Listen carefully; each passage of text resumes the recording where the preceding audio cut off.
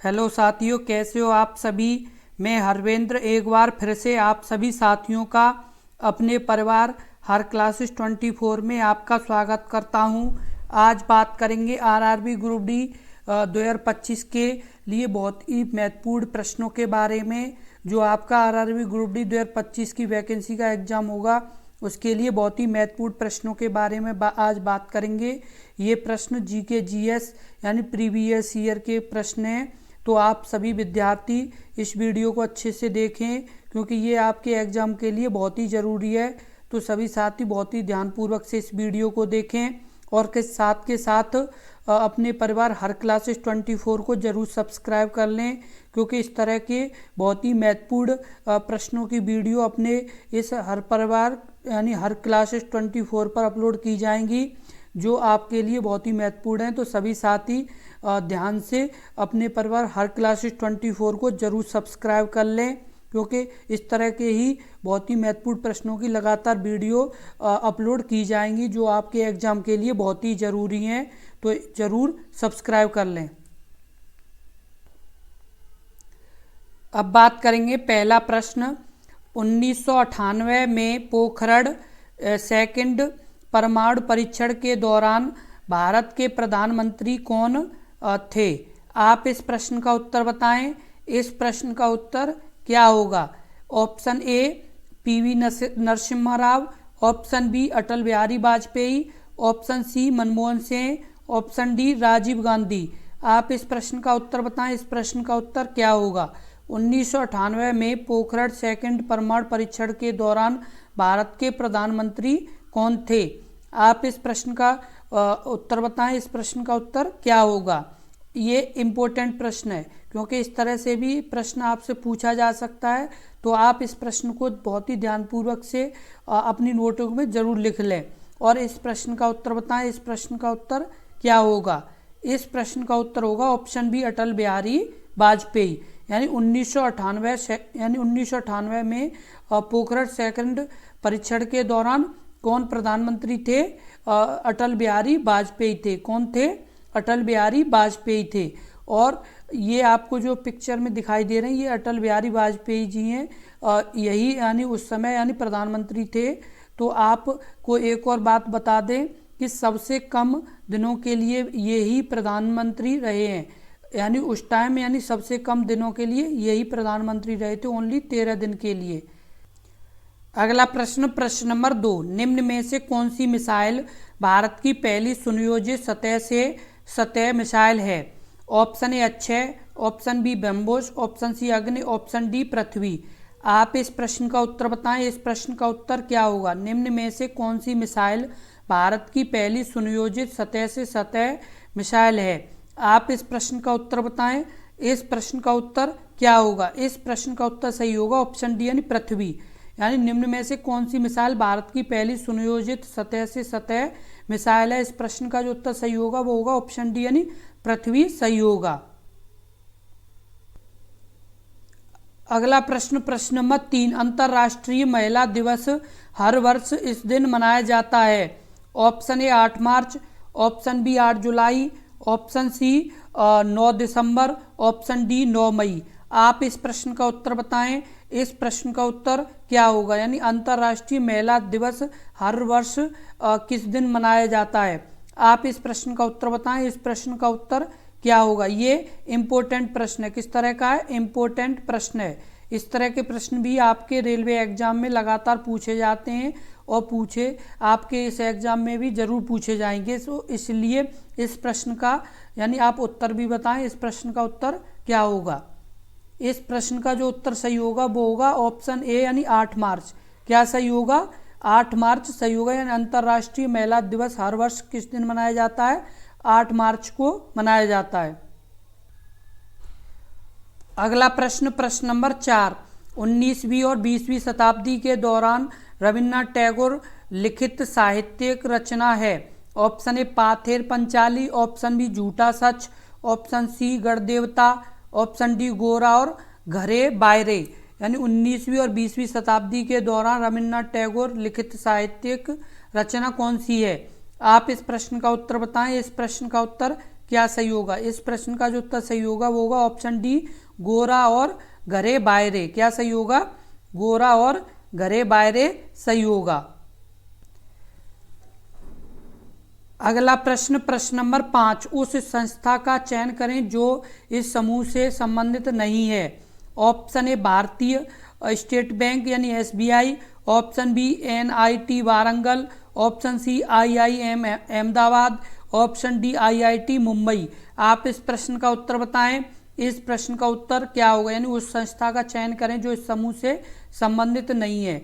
ये आपका इस प्रश्न का जो उत्तर सही होगा वो होगा ऑप्शन ए, यानी भारतीय स्टेट बैंक। क्या नहीं है? यानी भारतीय स्टेट बैंक इस समूह से संबंधित नहीं है, क्योंकि ये एक बैंक है। क्या है? ये एक बैंक है और ये आपके क्या है? यानी शिक्षा के क्षेत्र से संबंधित है। ये किससे संबंधित है? ये शिक्षा के क्षेत्र से संबंधित है और ये आपका है बैंक है। क्या है? बैंक है। अगला प्रश्न, प्रश्न नंबर 6, भारत की पहली बुलेट ट्रेन के बीच चलन के लिए प्रस्तावित है। ऑप्शन ए सूरत और मुंबई, ऑप्शन बी बड़ौदा और मुंबई, ऑप्शन सी अहमदाबाद और मुंबई, ऑप्शन डी वापी और मुंबई। आप इस प्रश्न का उत्तर बताएं। इस प्रश्न का उत्तर क्या होगा? भारत की पहली बुलेट ट्रेन के बीच चलन के लिए प्रस्तावित है। इस प्रश्न का जो उत्तर सही होगा वो क्या होगा? आप इस प्रश्न का उत्तर बताएं। इस प्रश्न का उत्तर क्या सही होगा? इस प्रश्न का जो उत्तर सही होगा वो आपका सही होगा option C, Ahmedabad to Mumbai. कहाँ से कहाँ तक चलेगी? अहमदाबाद से मुंबई तक चलेगी। और इसका हम बता दें कि इसका जो बजट है वो 88,000 करोड़ है। कितना? 88,000 करोड़ है। और ये किस देश के सहयोग से बन रही है? ये जापान के। किसके? जापान के सहयोग से। अगला प्रश्न, प्रश्न नंबर 7, दुनिया के सबसे बड़े रेलवे में भारतीय रेलवे की स्थिति क्या है? आप इस प्रश्न का उत्तर बताएं। इस प्रश्न का उत्तर क्या होगा? इस प्रश्न का उत्तर बताएं। यानी option A 7, option B 4, option C 5 या ऑप्शन डी 1। आप इस प्रश्न का उत्तर बताएं। इस प्रश्न का उत्तर क्या होगा?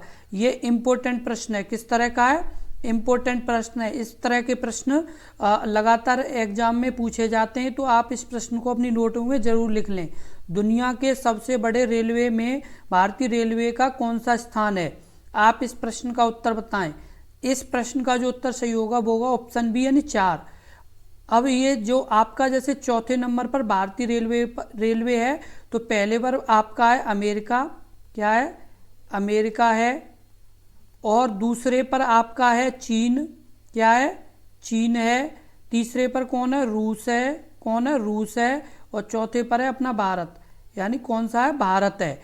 यानी पहले पर अमेरिका है, दूसरे पर चीन है, तीसरे पर रूस है और चौथे पर भारत है। और एशिया में बात की जाए किसमें? यानी एशिया महाद्वीप में, तो एशिया महाद्वीप में पहले पर कौन है? चीन है और दूसरे पर अपना भारत है। क्या है? भारत है।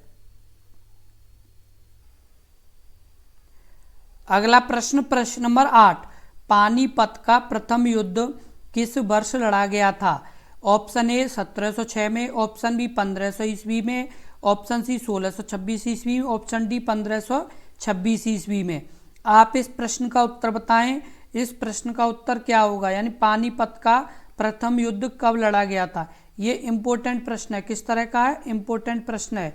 इस तरह के प्रश्न लगातार आपके रेलवे एग्जाम में पूछे जाते हैं, तो आप इस प्रश्न का उत्तर बताएं।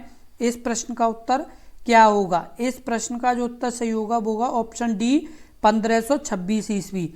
यानी पानीपत का प्रथम युद्ध किस वर्ष लड़ा गया था? 1526 ईस्वी में। किस किस के बीच?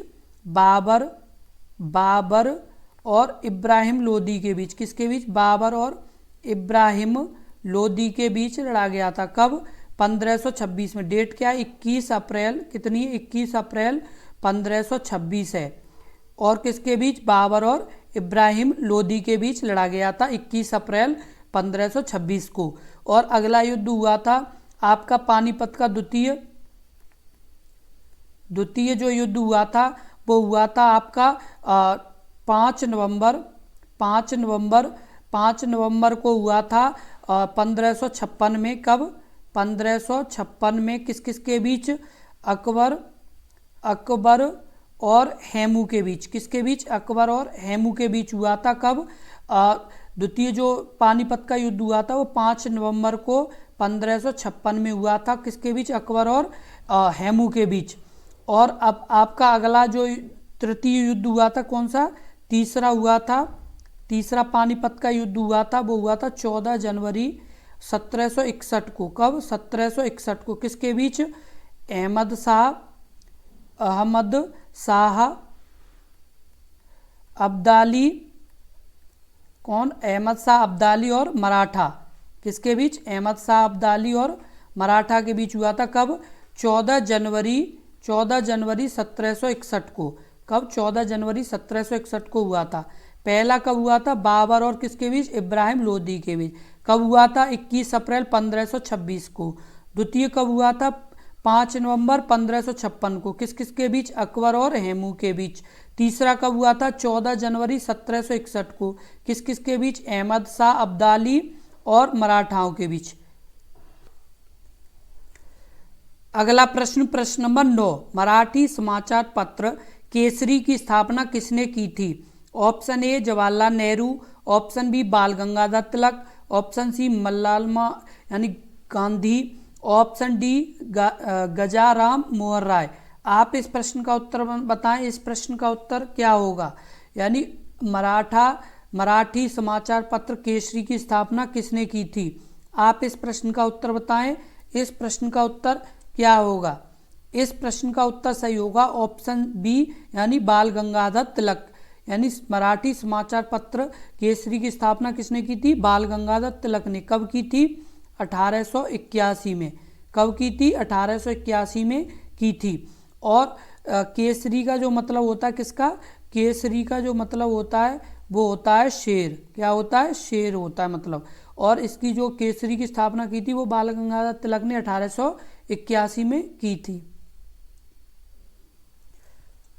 अगला प्रश्न, प्रश्न नंबर 10, घाघरा का युद्ध किस वर्ष में लड़ा गया था। Option A 1523, option B 1525, option C 1529, option D 1526। आप इस प्रश्न का उत्तर बताएं, इस प्रश्न का उत्तर क्या होगा। यानी घाघरा का जो युद्ध किस वर्ष लड़ा गया था, आप इस प्रश्न का उत्तर बताएं, इस प्रश्न का उत्तर क्या होगा। इस प्रश्न का जो उत्तर सही होगा वो होगा ऑप्शन सी 1529। घाघरा का युद्ध किस वर्ष लड़ा गया था, 1529 को लड़ा गया। डेट क्या है, 6 मई 1529 को लड़ा गया था। और किस किस के बीच, बाबर और महमूद लोदी के बीच। किसके, बाबर और महमूद लोदी के बीच लड़ा गया था। कब लड़ा गया था, 6 मई 1529 में।